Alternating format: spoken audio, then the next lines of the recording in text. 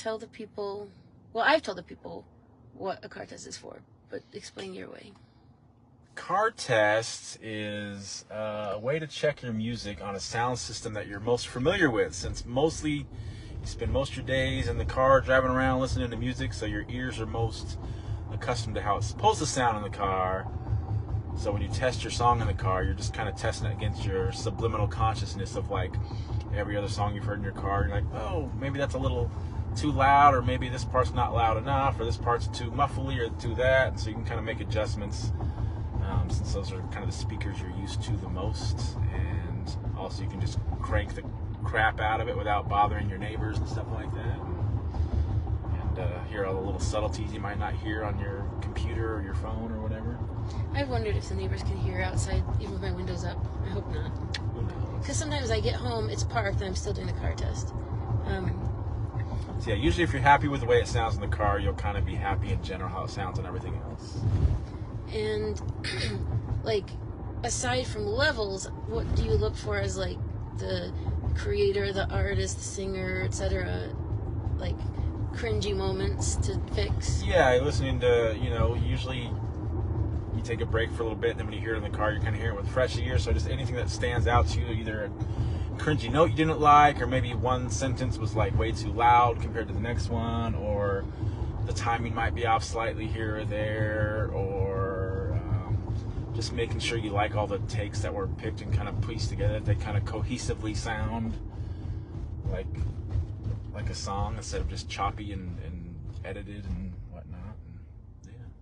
And are you, in this scenario, listening to different things than I'm listening for?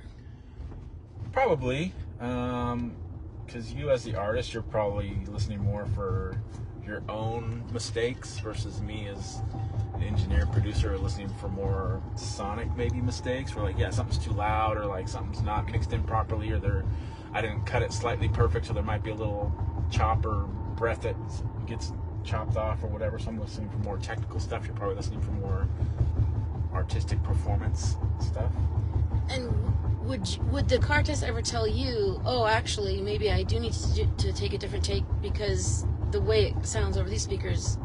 Yeah, obviously on a laptop speakers or headphones, you're not going to necessarily hear little subtleties where if you're blasting it in here, you can kind of hear like, oh yeah, maybe those two takes don't work together as well as I thought they did, or they didn't blend as well, or maybe you can blend them a little bit better, or whatnot.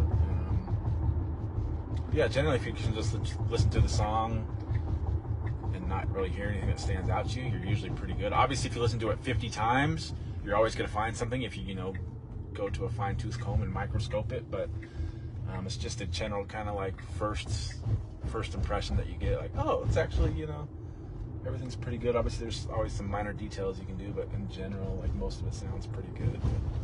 But I often find if I listen over and over, I start to like forget that I'm hearing the things that initially stood out to me. So, yeah, it's give and take. Sometimes, the more you listen to it, the more you get used to some of the little stuff, and so it doesn't bother you as much.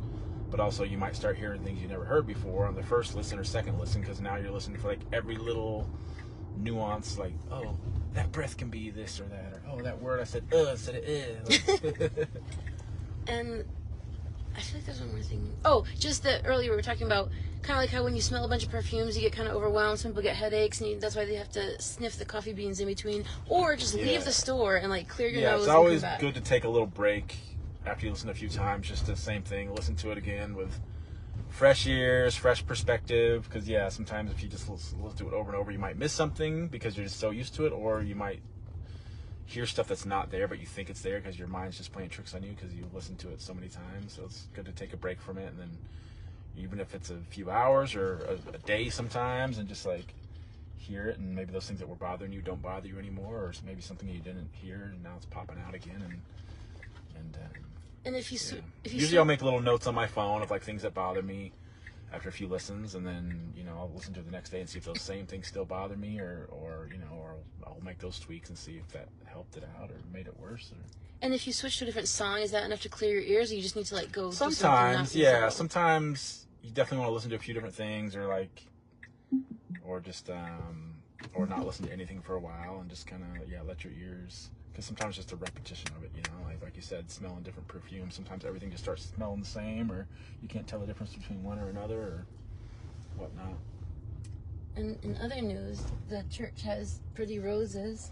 Not on this side, of course, but we're gonna go have popsicles and games. Popsicles! Peace be with you. Jesus popsicles!